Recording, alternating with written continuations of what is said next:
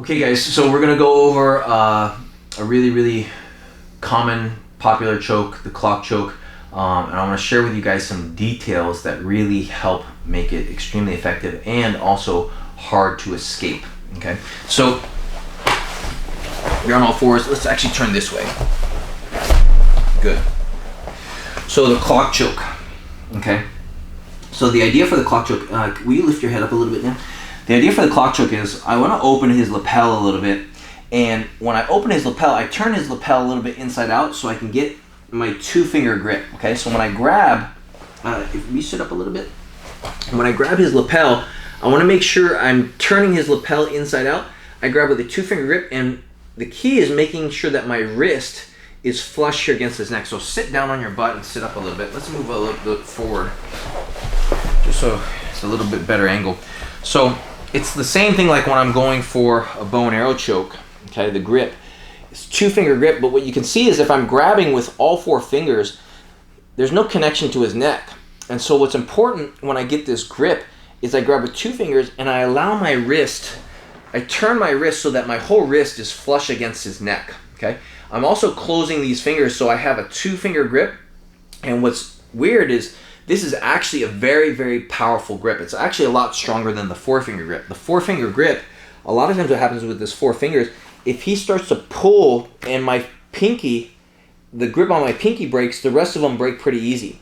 With this 4-finger grip, now it's very difficult for him to break that grip.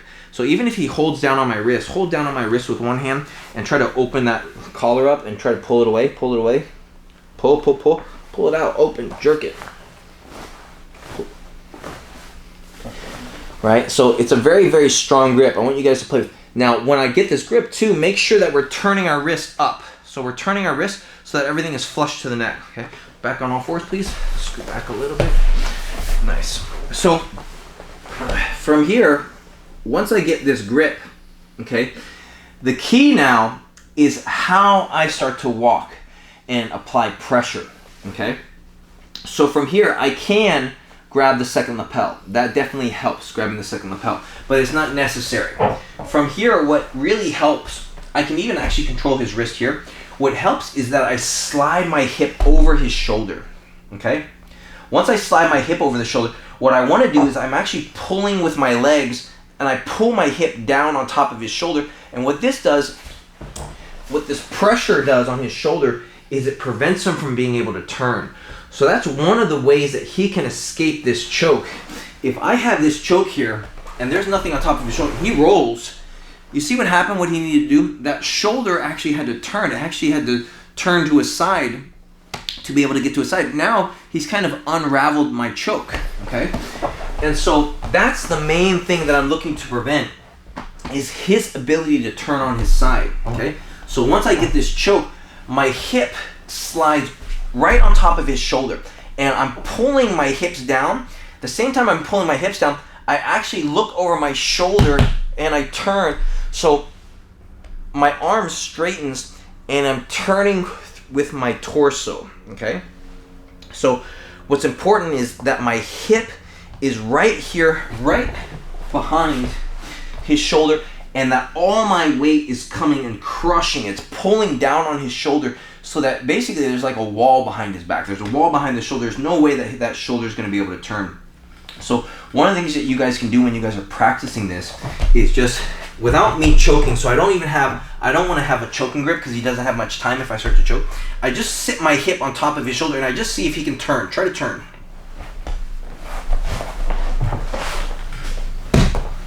Right? So I just see if I can use my hip and track his shoulder and keep weight on his shoulder to prevent him from turning. Another thing that I do is what I mentioned with my legs. I'm actually using my legs. I connect my legs to the ground and I pull with my legs. So how I do that is this. When I kick my leg out, I actually use my legs and I pull down with my hips. So I'm bending my knees to actually drop my weight down on this shoulder. That adds a ton more pressure. So however much body weight I have, I can actually increase my body weight. I can increase the pressure by engaging my legs, okay? So what I want to do is I want to block this shoulder and I want to put a ton of weight into the shoulder so there's no way for him to turn. And from this position, all I'm doing is turning and looking over my shoulder. So the reason they call this a clock choke is because my legs are kind of like the hands on a clock, right? What they start to do is from here, once I get my grip and I start to slide, what happens is I start to walk towards the front. Now, as I walk, I just keep walking my hips, making sure that my hip is on top of his back the whole time, okay? So I gotta make sure that my hip is on top. And the more I walk towards his head, the tighter it gets. So again, we gotta make sure that he can't turn. So a lot of times, I know people try to control this wrist sometimes, and that's a great tool. When you control this wrist, we gotta make sure, again, that he can't turn, because if he can turn, he can do our roll. He can do the little roll technique that we talked about in this module to reverse me. So once I get my grip, I can grab this wrist, but the key is to make sure that he can't turn. So if he tries to roll, I'm already dropping my hip down. Try to roll. And if he turns this way, he's gonna go into the choke. The choke tightens up and gets worse on him. So that's the clock choke.